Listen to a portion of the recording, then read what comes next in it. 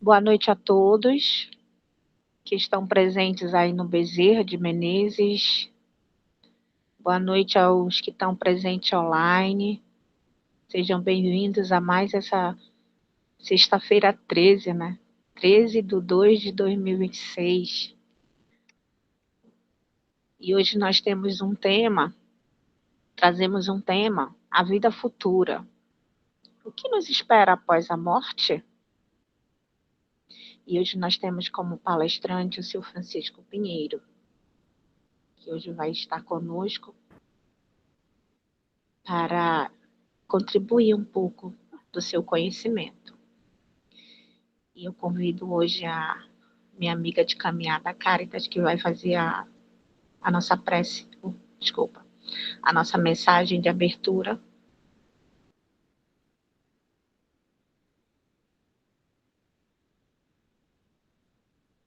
Já?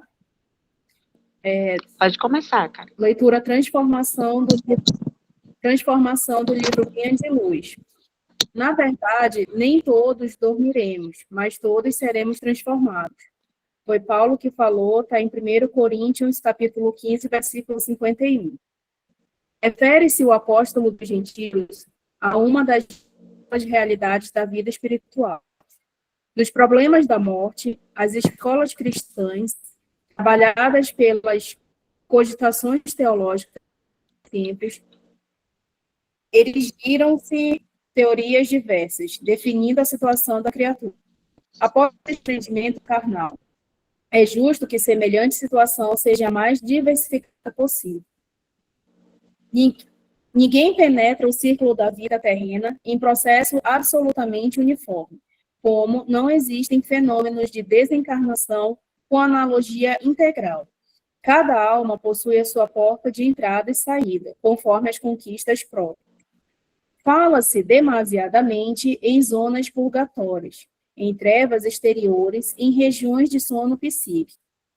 Tudo isso, efetivamente, existe um plano grandioso e sublime, que, por enquanto, transcende o limitado entendimento humano. Todos os que se abeberam nas fontes puras da verdade, como Cristo, devem guardar sempre o otimismo e a confiança. Nem todos dormiremos, diz Paulo. Isto significa que nem todas as criaturas caminharão às tontas, nas regiões mentais da semi-inconsciência, nem todas serão arrebatadas às esferas purgatórias. E ainda que tais ocorrências sucedessem, ouçamos ainda o abnegado amigo do Evangelho, quando nos assevera, mas todos seremos transformados. Paulo não promete sofrimento inesgotável nem repouso sem fim. Promete transformação.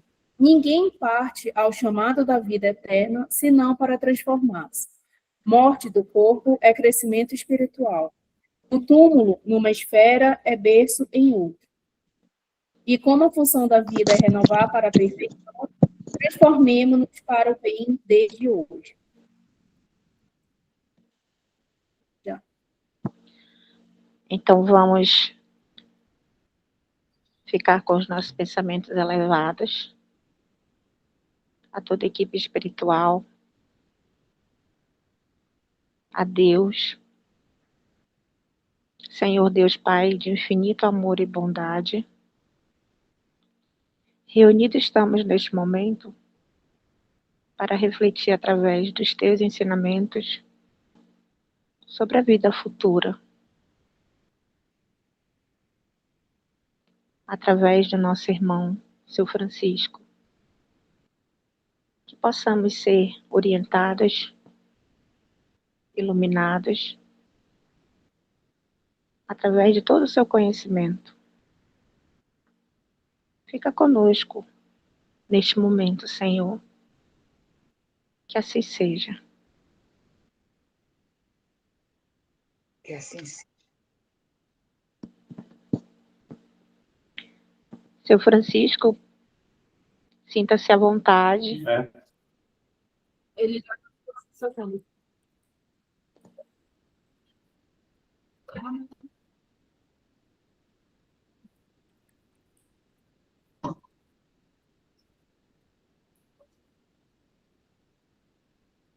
Então, uma boa noite a Cáritas, boa noite aos demais que aqui se encontram presentes, boa noite aos que nos acompanham à distância, de forma virtual. Sem dúvida é que o assunto de hoje, o que nos espera após a morte, para os espíritas não é uma grande novidade. Mas como foi lido na mensagem inicial,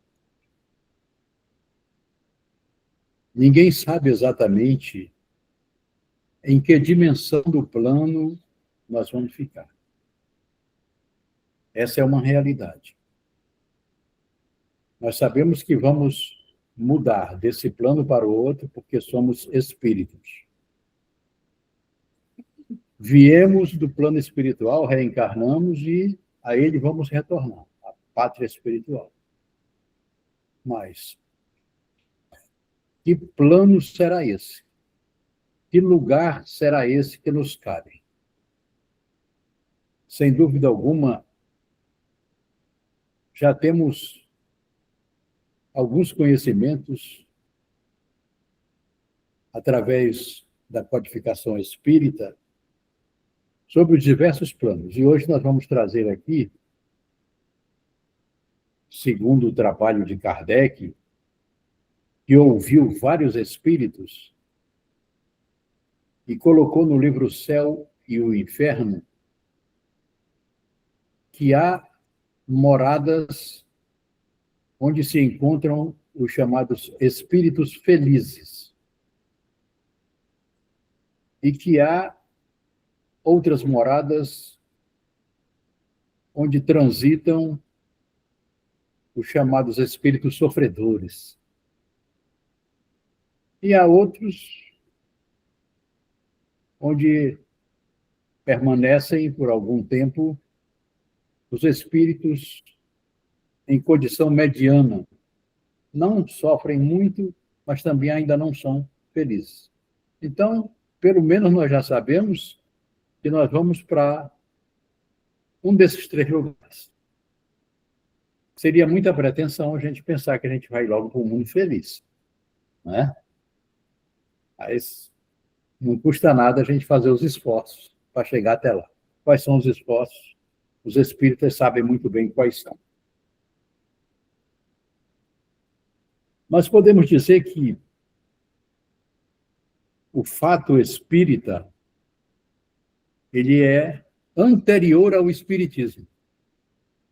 O espiritismo ele veio com Kardec através do Livro dos Espíritos em 1857. 1857. Aí, com o lançamento do Livro dos Espíritos, nós tivemos o espiritismo, onde Kardec colocou todas as respostas que os espíritos deram e ensinamentos que trouxeram para nós a respeito do plano espiritual, os diversos planos espirituais e a nossa situação também, a situação de encarnado, definindo exatamente, primeiramente, o que é a alma. Kardec perguntou: o que é a alma? E eles disseram, a alma é o espírito encarnado. Ou seja, no momento aqui, quem está falando é uma alma, né? Mas quando eu desencarnar, eu vou para o plano espiritual e lá eu sou um espírito errante, quando estiver lá no plano espiritual. Depois eu reencarno de novo, para refazer as lições não aprendidas. Muito bem, então é antigo esse.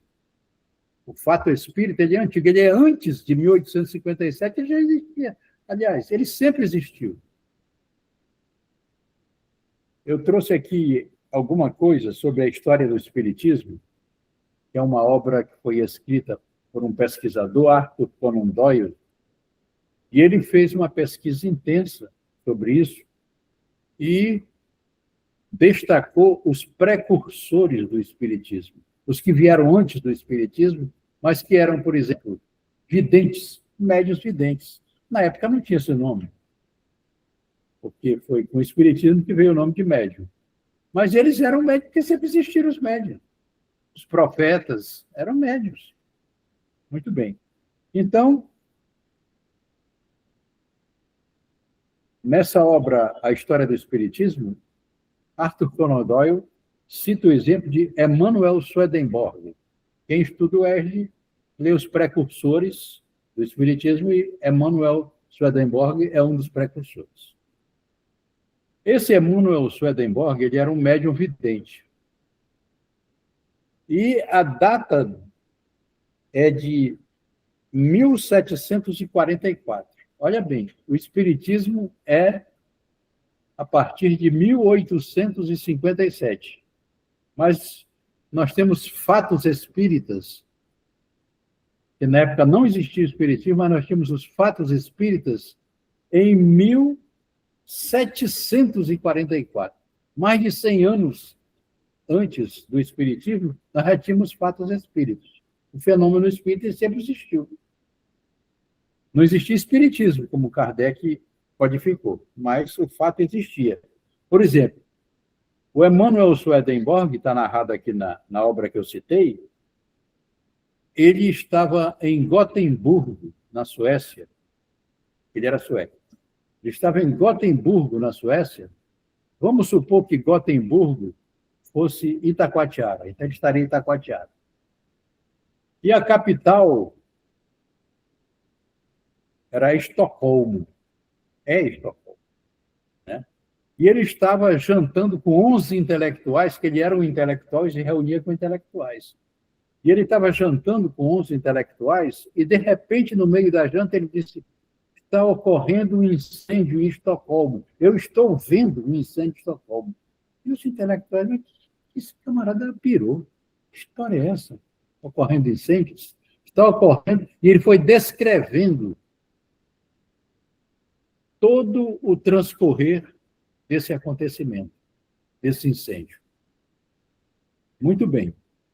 Quando se passar algum tempo, porque será 1744, quando se passar algum tempo é que chegaram as notícias, porque naquela época a notícia demorava para chegar, né? 1700, nós somos de 1900, né? Acho que todo mundo aqui é de 1900, né? Talvez, eu tenha alguém que é de 2000, talvez. Mas nós somos de 1900, né? 1900 a gente já estava bem melhor, né? 1900 a gente já estava bem melhor. Já estava começando a ter, inclusive, a internet. Estava começando já a ter internet. Muito bem. Então, na época, 1744, demorava a chegar a notícia, o jornal demorava a chegar. E quando chegou o jornal, os intelectuais leram o incêndio ocorrido em Estocolmo no mesmo dia, no mesmo horário em que eles estavam jantando com o Emanuel Swedenborg. Aí um dos intelectuais era o poeta não, filósofo Kant. E o filósofo Kant disse: realmente é um fato. O Emanuel Swedenborg, ele visualizou realmente tudo que ele descreveu está aqui no jornal. Então, já existiu o médio vidente. Isso aqui é abril de 1744. O Livro dos Espíritos veio depois, 1857. Muito bem. Aí o Swedenborg narra mais uma experiência fantástica de 1744. Um dos intelectuais faleceu. Aí ele foi o velório e sepultamento desse que faleceu. Como ele era vidente, ele faleceu numa segunda-feira. Como ele era vidente, na quinta-feira ele viu o falecido. E o falecido começou a falar com ele. E aqui está narrado no livro, né? A fala do falecido, né? O Swedenborg disse: falei com ele E ele tinha morrido segunda-feira, e eu falei com ele na quinta-feira. Isso é uma coisa muito rara. Faleceu segunda-feira, e na quinta, Swedenborg falou com ele. Swedenborg era vidente, viu e conversou com ele. Muito bem. Diz o Swedenborg, eu tinha ido para o velório e para o enterro.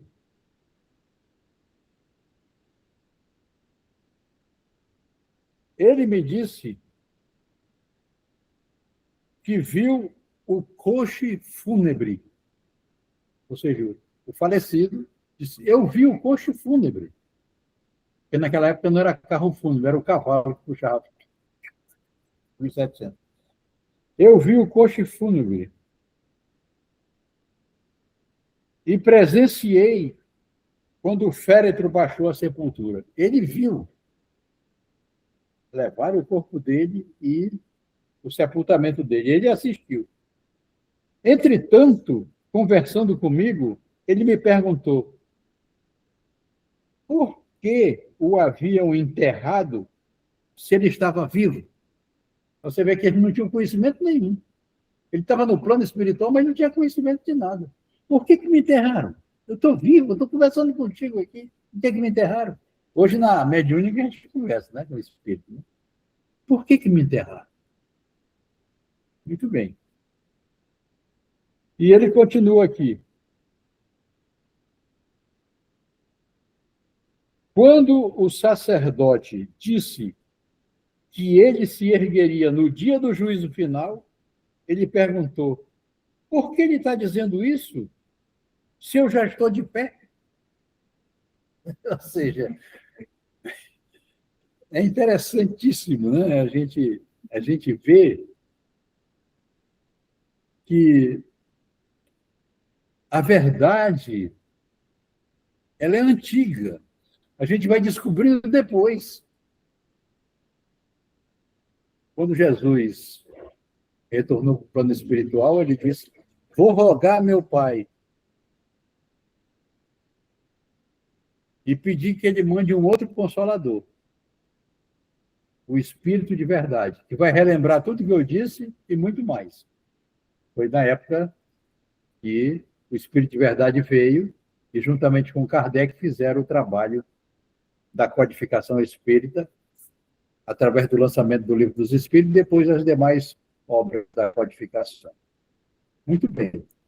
Então, a gente verifica que o fenômeno espírita, o fato espírita é antigo, é uma verdade antiga. Sempre existiu. Médio sempre houve, o profeta era médio. E havia muito médio, na época não se dava esse nome, mas havia muito médio. Muito bem.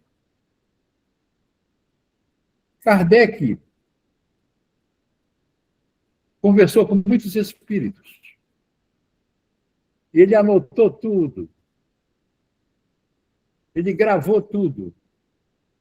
E no livro O Céu e o Inferno, ele vai falar exatamente dos espíritos que se dizem no plano espiritual que estão se sentindo felizes lá. Então, eles estão numa dimensão da vida felizes. Tem aqueles que são sofredores, que estão sofrendo, e tem aqueles que estão mais ou menos, estado mediano. Então, eu vou primeiro trazer aqui bem rapidamente, eu vou resumir tudo para a gente não perder tempo. Espíritos felizes. Isso está no livro O Céu e o Inferno, na segunda parte. É o depoimento dos espíritos. Havia um trabalhador espírita chamado Sanson. Esse senhor Sanson, ele era um dedicado trabalhador espírita, assim como vocês que são dedicados. E ele, já com a idade avançada, ele contraiu uma doença de longo curso, provavelmente tenha sido um câncer. E passou anos com aquela doença, sem muita probabilidade de cura. Quando ele percebeu que estava chegando o momento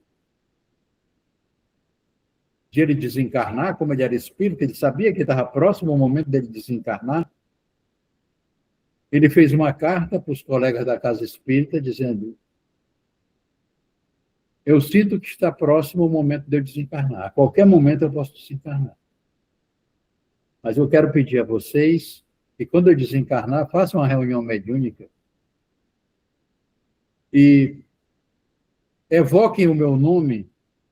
Eu vou contar tudo para vocês como foi que ocorreu, como foi que eu desencarnei. E assim ocorreu, ele desencarnou, né? E os demais trabalhadores da casa espírita resolveram atender o pedido dele e, na reunião mediúnica, disseram: se o espírito do senhor Sanson estiver presente à reunião e quiser se manifestar e pudesse se manifestar, nós estamos aqui para ouvir. Aí o espírito Sanson disse: atendo ao vosso chamado para cumprir a minha promessa. Ele tinha dito. Né? Aí o dialogador, que eu não sei quem é, tem aqui o dialogador, mas eu não sei quem é. Não sei se era Kardec ou quem é. O dialogador disse: meu caro senhor Sanson, cumprindo um dever, nós lhe chamamos o mais cedo possível, conforme o seu desejo. É uma graça especial que Deus me concede para que eu possa me manifestar. Eu agradeço a vossa boa vontade, porém, vou falar rapidamente com vocês. Aí o dialogador disse: foste tão sofredor que podemos, penso eu, perguntar como vós achais agora? Sentis ainda as vossas dores?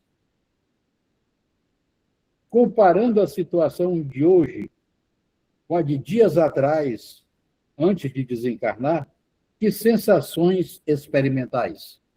Ou seja, o dialogador queria saber como é que ele estava, porque ele vinha sofrendo aquela doença. Ele responde: a minha situação hoje é bem ditosa. Ou seja, ele estava feliz. Né? É bem ditosa. Acho-me renovado, como se diz entre vós. Nada mais sentindo das antigas dores. A passagem da vida terrena para a dos espíritos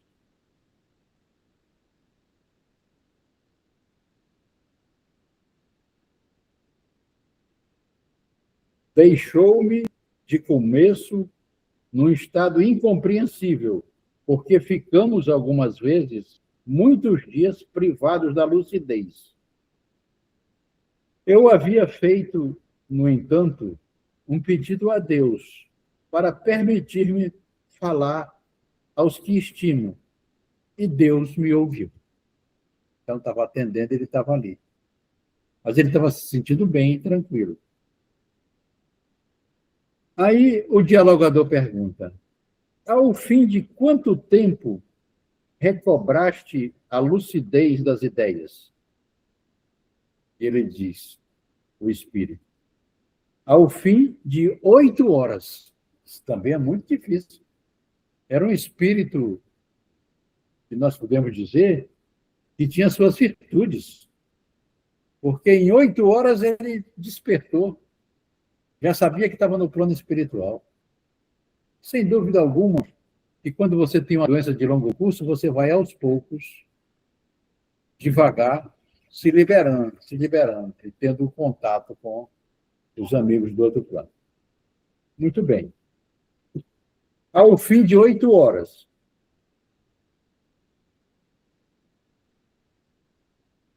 Deus, repito, deu-me uma prova de sua bondade maior que o meu merecimento. E eu nem sei como agradecer.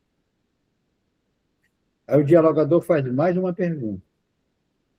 Estás bem certo de que não pertences mais a este mundo? Dialogadora, estás certo de que tu és um espírito desencarnado? Tu estás certo que tu não pertences mais a este mundo? Em caso afirmativo, como comprovar?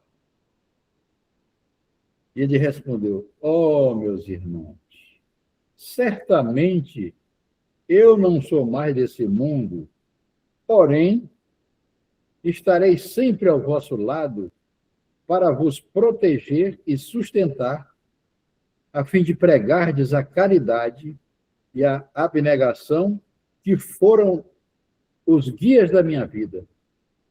Depois, ensinarei a verdadeira fé, a fé espírita, que deve elevar a crença do bem e do justo. Estou forte, robusto, em uma palavra, transformado, que foi a nossa página inicial lida pela Cárita, transformação. Em mim não reconhecereis mais o velho enfermo que tudo devia esquecer, fugindo de todo prazer, fugindo de toda alegria. Agora eu sou espírito e a minha pátria é o espaço. O meu futuro é Deus, que reina na imensidade. Desejar a poder falar a meus filhos, ensinar-lhe aquilo mesmo que sempre desdenharam de acreditar quando eu falei aí. Ou seja, agora ele estava diante de uma realidade e ele queria passar isso para os filhos dele, né? Muito interessante. Então, é um resumo, porque tem muito mais coisa, mas é um resumo. Vocês têm esse livro, vocês podem ler e estudar. Muito bem. E vou passar agora para espíritos sofredores, e eu vou pegar um caso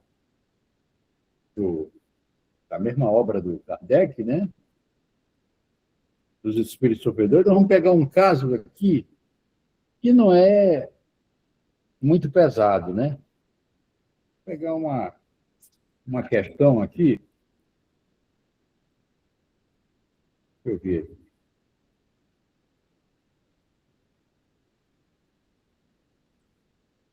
Sofredores. Vamos pegar aqui um caso aqui. Um pai de filho único recebeu uma notificação para o filho chamando para a guerra. A mãe entrou em desespero, ele era filho único, e o pai também. O pai disse, eu vou falar com o general para ele dispensar, porque é filho único. Eu vou lá com o general para dispensar. E ele foi lá falar com o general. Aí o general disse, olha, eu não posso dispensar o seu filho. A única forma legal que eu tenho para dispensar é se ele for arrimo de família. E o pai perguntou, o que é arrimo de família? E o general disse, arrimo de família é o filho que sustenta os pais. Ele sustenta os pais, você, a mãe. O homem era um empresário, ele tinha uma empresazinha de negócios, não sustentava, evidentemente. Então, eu não posso liberar o seu filho. Ele vai ter que ir. Aí o pai saiu desesperado, disse, se eu fosse arrimo de família, teria resolvido isso. Se eu fosse arrimo de família. Poxa. Aí os desafetos espirituais dele começaram a dar mensagem para ele nesse momento em que ele estava com o coração perturbado. E a mente também em desalinho. E começaram a dizer para ele, mas ele pode ser arrimo de família, é só tu dar um tiro na tua cabeça, tu te mata, aí pronto, é ele que vai sustentar tudo. Faz isso. Ele ouvindo aquilo, sugestão mental dos desafetos espirituais. A gente também tem isso, viu? Tem que tomar cuidado. E o resultado é que ele deixou aquilo prosperar até que ele se suicidou. Como ele se suicidou, ele cometeu uma grave infração à lei divina, porque a vida é o maior bem que Deus nos concede. Então, naquele momento, ele, através do suicídio, ele cometeu uma infração grave. E vocês sabem, nós sabemos hoje, nós somos espíritas, que o suicida sofre muito mais do que os demais. Ele passou a ser um espírito sofredor. Então, para onde ele foi após a morte, o corpo físico, foi para um estado de sofrimento. Aí, numa reunião mediúnica, na época de Kardec, a neta dele compareceu à reunião. Como a neta dele estava presente na reunião, ele foi trazido também para a reunião, o espírito. Foi trazido, a equipe espiritual trouxe o espírito dele. E ele falou que estava presente, então a neta perguntou se podia fazer uma pergunta, o dialogador, na época, pode fazer. Aí ela perguntou,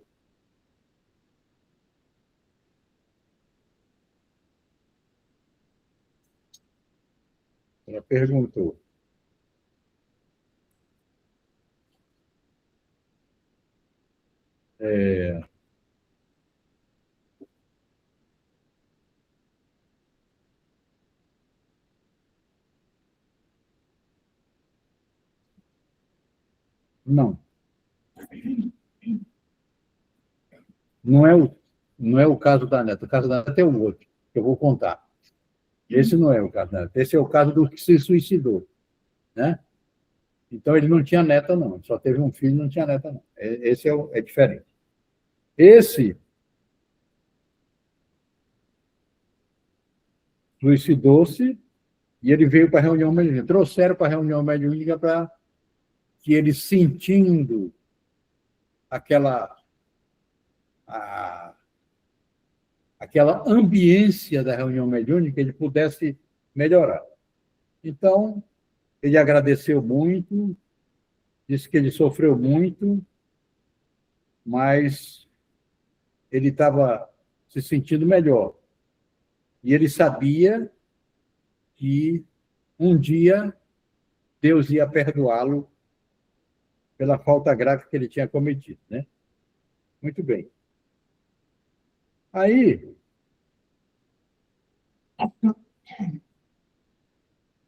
o dialogador perguntou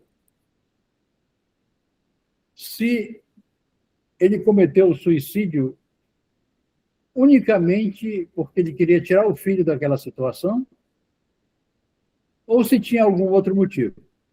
E ele disse, não, o motivo era só isso, eu queria tirar o meu filho daquela situação, eu não queria que ele fosse para a guerra. E então o dialogador perguntou, isso trouxe algum atenuante? Deus leva em conta essa situação? Ou seja, você fez isso, mas por causa do filho, Deus leva em conta? E ele responde, sim, é uma atenuante. Mas eu cometi a falta. E não tem nenhuma falta que a gente não possa, não deixe de cumprir. Então, eu estou sofrendo, mas meu sofrimento é menor do que muitos outros que eu conheço. Então, ele sabia que havia muitos outros que estavam em sofrimento maior do que o dele. Porque não tinha essa atenuante que ele tinha e fez pelo filho, embora tenha feito de maneira errada. Ok? Agora eu vou voltar lá para aquele da netinha, né? Que eu estava contando, eu já tinha confundido aqui as coisas. Então, da netinha, o avô dela já tinha vindo para uma reunião, e a netinha apareceu lá para ouvir o avô falar. E aí deixaram ela perguntar do avô, fazer pergunta para o avô. Aí ela perguntou: meu caro avô, olha um tratamento respeitoso, né? Meu caro avô, podeis dizer-me como vos encontrais no mundo dos espíritos, dando-me quaisquer pormenores úteis ao nosso progresso? Netinha queria saber, quer dizer, não é uma netinha pequenininha, não, é uma neta que já sabe o que está fazendo, né? Muito bem. Aí respondeu, o espírito respondeu: tudo o que quiseres, minha querida, eu te digo. Eu estou espiando a minha descrença, porém grande é a bondade de Deus que atende às circunstâncias. Eu sofro, mas não sofro como poderias imaginar. Eu sofro é o desgosto de não ter melhor aproveitado o tempo que eu passei aí na Terra. Então, o que ele estava sofrendo? Sem dúvida, ele era espírita, porque a menina também estava lá, a neta dele, e ele soube que ele não aproveitou bem o tempo que ele estava aqui. Aí a netinha falou: mas vovô, como é que é isso? Pois você não esteve aqui conosco, não trabalhou, não viveste sempre honestamente? E ele respondeu: é sim, é verdade. No juízo dos homens, eu fiz tudo certo. Mas há um abismo entre a honestidade perante os homens e a honestidade perante Deus.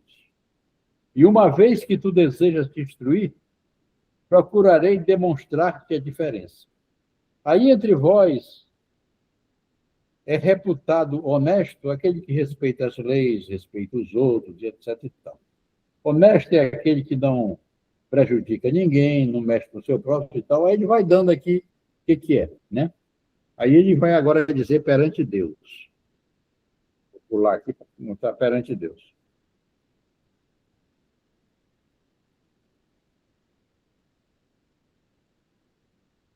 Agora, honesto aos olhos de Deus é outra coisa. Será aquele que, possuído de abnegação e de amor, consagre a existência ao bem, ao progresso dos seus semelhantes. Aquele que, animado de um zelo sem limites, for ativo na vida, ativo no cumprimento dos deveres materiais, ensinando e exemplificando aos outros o amor ao trabalho, ativo nas boas ações, ativo sem esquecer a condição de que é servo fiel, ao qual o Senhor pedirá contas um dia do emprego do seu tempo, ativo finalmente na prática do amor a Deus e do próximo. Então, isso é mais um ensinamento. Então, as pessoas que quiserem ler mais, podem pegar e ler, tem bastante. É muito interessante. Eu creio que eu trouxe apenas um exemplo de cada, mas tem vários sofredores, cada qual com seu grau de dimensão. Se vocês observar a página inicial que foi lida pela Carita, lá Emmanuel, na mensagem, ele diz que são diversos os locais, a gente não pode nem dimensionar. Porque cada qual tem o seu mérito, tem a sua virtude, e ele vai para levar exatamente a sua virtude para lá. A gente pode ler aqui o próprio Evangelho segundo o Espiritismo já, né? Onde a gente tem aqui uma instrução dos Espíritos, do capítulo 16, não se pode servir a Deus e a Mamon. ele tem aqui uma coisa muito interessante para nós. Aí ele vai falar, fazendo uma comparação com nós aqui encarnados e depois desencarnados. Aqui encarnado, a gente viajou, vamos para outro lugar, vamos viajar. Não vamos para casa de parente, não. Nós vamos viajar, vamos para hotel. A gente não tem parente, vai chegar lá, vai ter que se hospedar em hotel. Vocês já viajaram para se hospedar em hotel, não já? Muito bem. Aí ele diz assim, ao viajante que chega a um albergue, um hotel, bom alojamento é dado se ele pode pagar, não é isso? Se ele pode pagar um hotel de 5 estrelas, pode dar um alojamento melhor. Teve dinheiro, paga, está lá o alojamento. O outro que tem pouco recurso, pega um menos agradável. E aquele que chega que não tem dinheiro nenhum, vai ficar ali pela rua mesmo, então dá um jeito aí. Né? Muito bem. O mesmo sucede ao homem na sua chegada no mundo dos espíritos, ou seja, após a morte do corpo físico. Ele vai chegar lá, vai procurar o hotel dele, né? Procurar o hotel dele. Muito bem. Depende dos seus haveres o lugar para onde vai. Que foi que ele trouxe? Ele trouxe o dinheiro dele? Lá para o mundo espiritual? Algum que faleceu levou o dinheiro? Não. Levou ouro? Não. Então, não será com o seu ouro que ele pagará. Ninguém lhe perguntará quanto tinhas na terra. Ninguém vai perguntar isso para ele. Que posição tu ocupavas? Tu eras rico? Ninguém vai perguntar isso para ele. Ninguém vai avaliar os bens nem os títulos, mas sim a soma das virtudes que ele possui, as virtudes que ele vai levar. Então, nós estamos aqui para adquirir essas virtudes. Graças a Deus que nós somos espíritas. Graças a Deus que nós sabemos dessas coisas.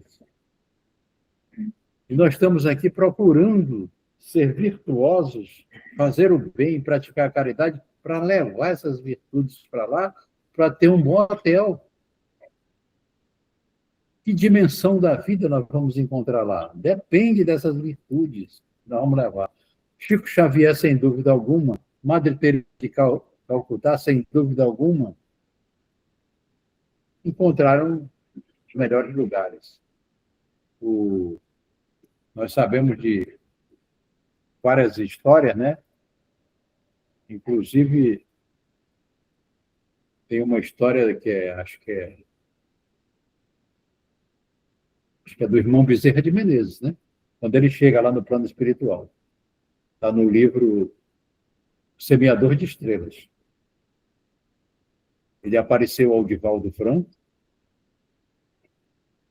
no momento em que o Divaldo Franco estava desanimado, muito desanimado, porque às vezes a gente trabalha, se dedica a tanta causa espírita e a gente recebe um troco igual que Jesus recebeu. Não vou dizer que é a crucificação não, mas a gente recebe, às vezes, um troco bem doloroso até, né?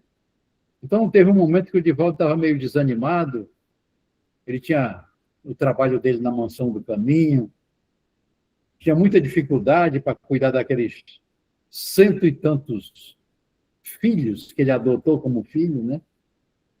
E ele estava numa situação de desânimo, entrando no desânimo, e o Bezerra de Menezes apareceu para ele. Aí ele disse, doutor Bezerra, é o senhor? Sim. Muito obrigado por ter vindo aqui comigo nesse momento. Divaldo, o que está acontecendo com você, Divaldo? Levante a cabeça. Doutor Bezerra, me diga uma coisa. O senhor foi lá para o outro lado. E aí, valeu a pena todo o seu sofrimento aqui. Quando o senhor chegou lá, o senhor encontrou um lugar bom? Ele disse, Divaldo, quando eu cheguei aqui, ainda não havia despertado, alguém disse, Bezerra, acorde, Bezerra. Bezerra, acorde, Bezerra. Eu olhei, era uma senhora. E ela disse, eu sou Celina, a mensageira de Maria Santíssima. Ela me pediu que eu viesse aqui recebê-lo. Olha só. Celina, a mensageira de Maria Santíssima. Veio receber Bezerra lá em cima. Quanta virtude ele não levou para lá. E nós conhecemos a vida dele. E vocês que são aqui do Bezerra de Menezes devem conhecer bem mais, né? Muito bem, caiu a conexão, mas não tem problema, a gente vai continuar. Bom, então, ele disse, Divaldo, a felicidade existe. A felicidade aqui no plano espiritual existe, mas ela existe como resultado do bem que nós fazemos ao outro quando a gente está aí na Terra, das lágrimas que nós enxugamos, do bem que nós fazemos. Então, o Divaldo levantou a cabeça e daí para frente se reanimou e foi trabalhar. Voltou ao trabalho. E, finalmente, eu vou trazer para vocês aqui do livro Instruções Psicofônicas, que é um livro muito interessante, tem Instruções Psicofônicas e Vozes do Grande Além. São 2 livros. Nesses 2 livros tem a transcrição da psicofonia do Chico. Então, geralmente a gente lê o Chico através da psicografia. Mas quando ele começou, e essa Instruções Psicofônicas é uma obra de 1955. 1955. Eu sou de 50, eu já tinha 5 anos na época. Essa obra, Instruções Psicofônicas, traz mensagem de vários espíritos que o Chico gravou na época, com os recursos da época, gravaram. E depois de gravado, eles transcreveram para o papel. E hoje tem em DVD. Eu tenho na minha casa em DVD também. Tá? A gente ouve a voz do Chico dando a mensagem espiritual e pode também fazer a leitura da mensagem. E eu tenho aqui a leitura de uma mensagem muito interessante para nós. Nós ainda temos tempo, né? Quanto tempo? 21 horas. Ainda Ser, né? temos 10 então, minutos. Eu vou fazer aqui. Está ótimo. Então, nós vamos fazer aqui esse. Muito obrigado. Então, é muito interessante, isso aqui tocou muito a mim, e sempre toca. O espírito estava sendo trazido para a reunião mediúnica, e no primeiro momento ele não pôde falar nada. Aí, quando o espírito não pode falar nada, foi feita uma prece para ele, para aliviar, etc. Numa segunda reunião que ele veio, ele pediu que perdoassem a ele, porque ele não tinha conseguido falar na outra vez. E ele disse, eu sou apenas um mendigo. Esse que diz, eu sou apenas um mendigo, ele era um banqueiro aqui na Terra. Banqueiro é o dono do banco. Bancário é o que trabalha no banco. E o banqueiro, ele era um banqueiro. Ele só pensava em ouro, só pensava em dinheiro. Muito bem. Aí, quando ele dá a comunicação, ele diz, sou apenas um mendigo de retorno ao vosso templo de caridade, a fim de agradecer, ou simplesmente eu sou um homem desencarnado em tremenda guerra consigo mesmo, para não se arrojar ao abismo da loucura, porque a loucura quase sempre resulta da nossa inconformação ante a realidade das situações e das coisas. Com a aprovação dos vossos orientadores, eu venho trazer-vos o meu reconhecimento e algo da minha amarga experiência, como aviso de um náufrago aos viajantes do mundo. Então, ele veio trazer a história dele como exemplo, como assim um náufrago que diz, olha, não façam isso, senão vocês vão naufragar como eu. Quantas vezes afirmei que o dinheiro era a salvação, que o dinheiro era tudo, que o dinheiro era a felicidade. Para ele, o dinheiro era tudo. Só pensava em dinheiro, em ouro. Quanto tempo eu perdi acreditando que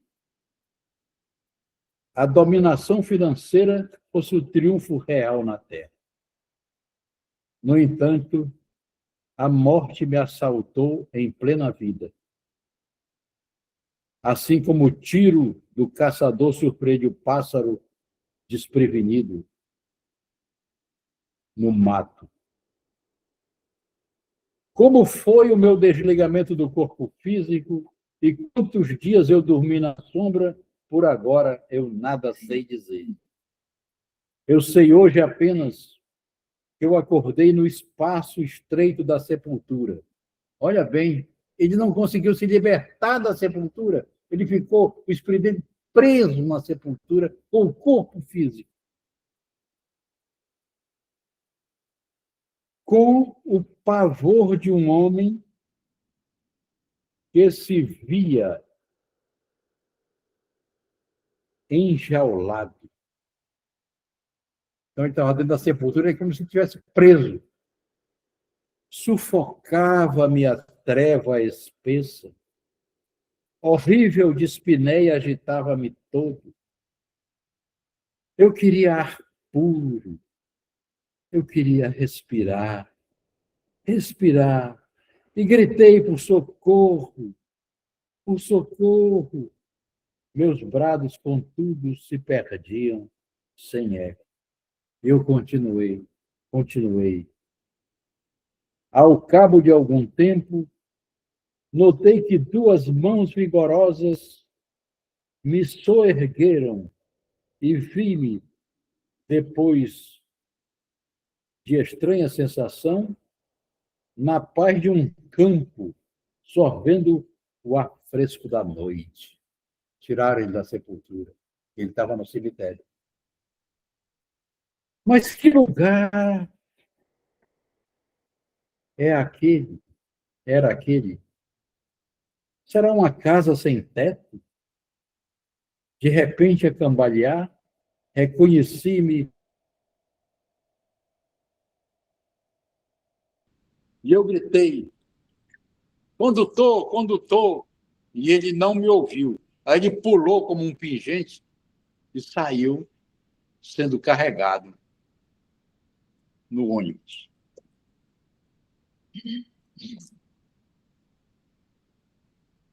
O motorneiro usava um uniforme metálico. Intrigado, eu sentia medo de mim mesmo. E, para me distrair, tentei conversar com as pessoas. Mas ninguém me ouvia. Parecia um surdo. Claro, ele era espírito já, até a alma. Ninguém me escutava, ninguém me ouvia. Vencendo embaraços indefiníveis, alcancei a minha residência. As portas estavam fechadas. E ele não sabe que o espírito não precisa abrir porta. O espírito entra. Mas como ele não sabia nem o que estava acontecendo, ele ficou, a porta estava fechada, ele ficou parado lá, né? Estava fechado. Aí, de manhã, a porta se abriu. E ele entrou, né? Ele entrou. Ninguém me reconheceu em casa. Ninguém via. A não ser que tivesse um médium de efeito físico lá que pudesse ver. Ninguém me reconheceu. em casa. Então, fatigado, eu fui para o leito, mas o velho móvel apresentava-se agora em ouro maciço. A cama dele virou de ouro. Olha a fixação da cabeça desse homem. Senti, então, sede. Procurei a água. Entretanto, o líquido que jorrava era ouro. Então ele começou a ficar perturbado, meditei. Todos os meus afeiçoados não olhavam para mim, é como se não me vissem. Eu não passava de um intruso na minha morada, claro, ninguém estava vendo. Dia terrível aquele, em que eu reassumia ou tentava reassumir o meu contato com os meus seres amados. Depois de muitas reflexões, eu pensei, vou para uma igreja. Quando eu era banqueiro, lá, eu dei dinheiro para o padre comprar as cadeiras, o banco da igreja eu dei. Então o padre vai me receber, eu vou lá para a igreja. Aí ele foi para a igreja, chegou lá, a igreja estava lotado, ele queria falar com o padre, ninguém não tinha, lotado de gente. Aí ele foi para outra igreja, lotado também. Até que ele foi passando de igreja em igreja, né? Passei o dia e veio a noite. Alta madrugada, procurei uma igreja de um bairro, né? Um santuário num bairro humilde. Amanhecia. Vários grupos de crentes chegavam para a missa. Gente simples, gente pobre.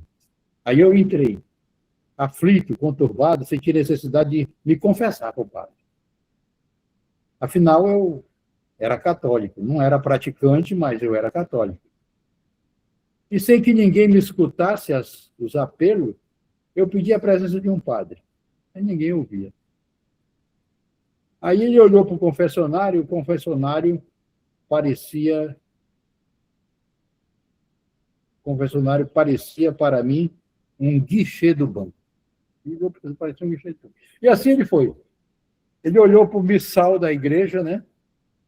Olhou para o missal da igreja, aquele livro grande que o padre lê, aquele missal, e quando ele olhou para o missal, ele lembrou do livro dele, do Caixa 2 que ele tinha, onde ele anotava o dinheiro que ele escondia da contabilidade dele, oficial do banco, né?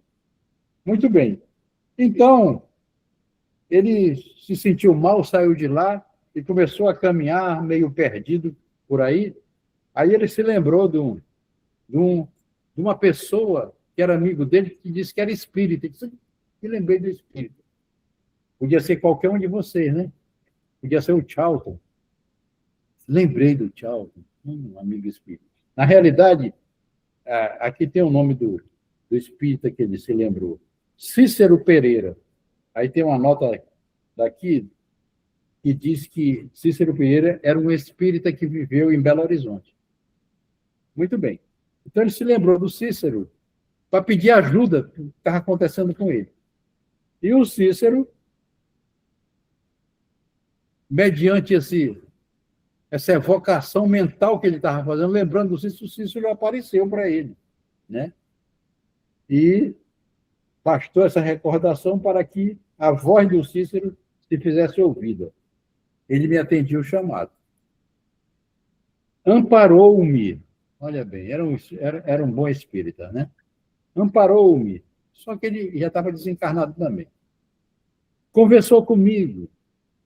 Depois de algumas horas de esclarecimento, que eu não pude bem aquilatar com segurança, ele me trouxe para junto de vós aqui na Casa Espírita. Foi ele que trouxe para a reunião espírita. Por isso que ele já tinha vindo outras vezes, mas não conseguia falar ainda. Sobre a mesa que vos serve, a mesa mediúnica, deparava-se-me folhas impressas que me pareciam cédulas valiosas.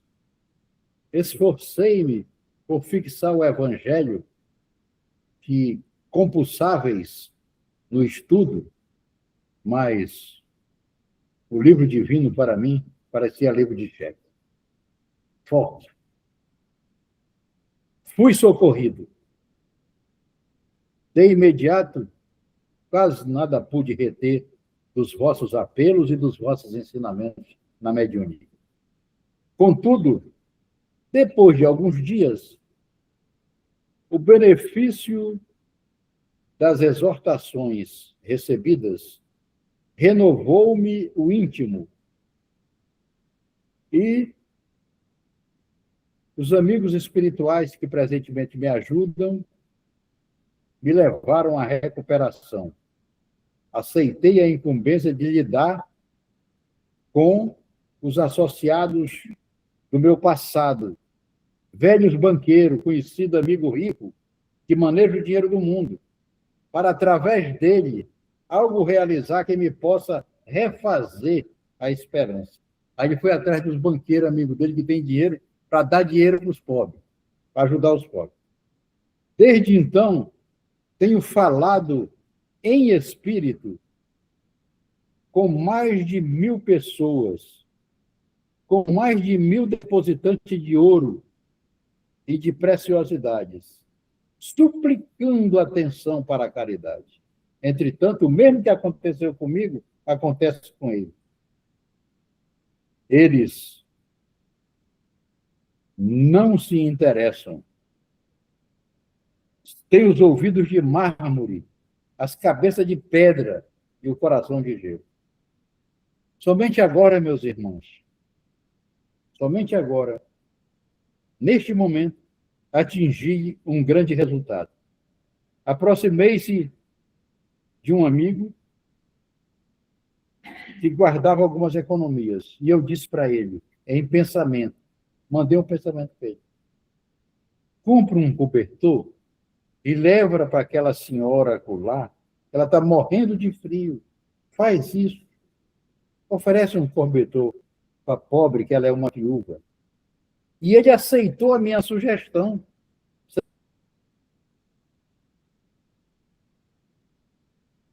Sem perceber que era eu.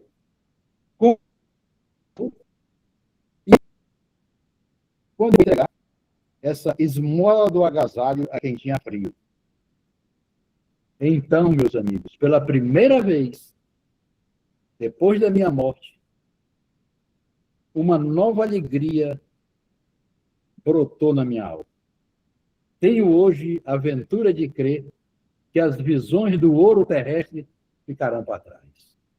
Doravante, espalharei de coração erguido a Jesus o ouro do trabalho, o ouro do pão, o ouro da água, o ouro da prece.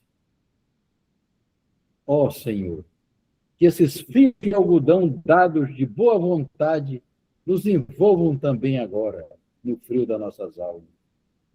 Sejam eles o primeiro sinal da minha definitiva renovação, à luz da prece de reconhecimento que venho feliz partilhar com vocês aqui da reunião mediúnica. Senhores, muito obrigado e que Deus os recompense. Que Deus nos abençoe, queridos irmãos.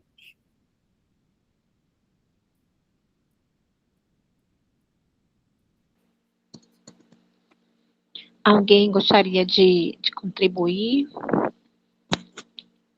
com a nossa palestra de hoje à noite?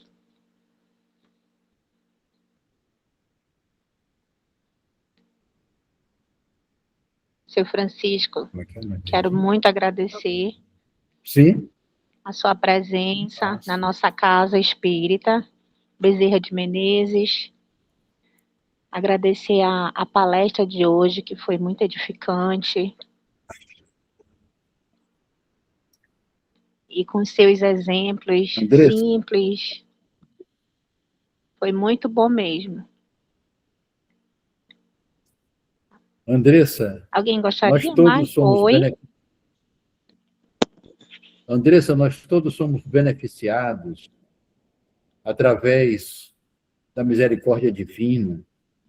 Esses ensinamentos, que são antigos, por exemplo, esse último que eu li é de 1955, ele nos Ao mesmo tempo que ele nos ensina, ele nos reconforta também.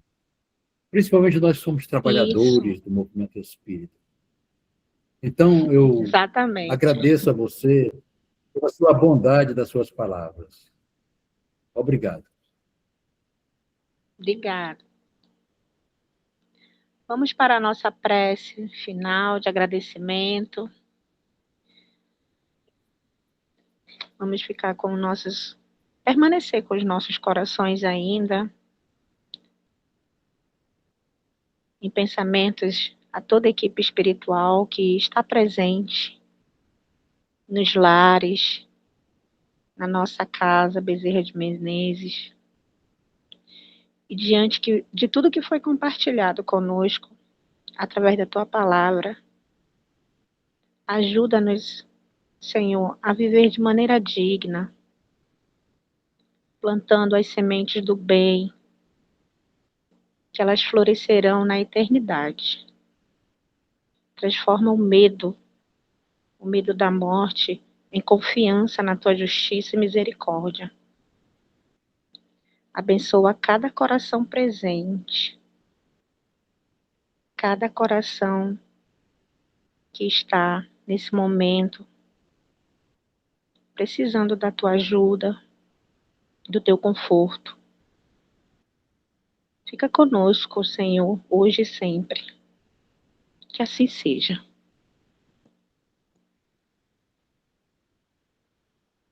Boa noite, gente. Boa noite a todos. Boa noite. Seu Francisco, leve nosso abraço.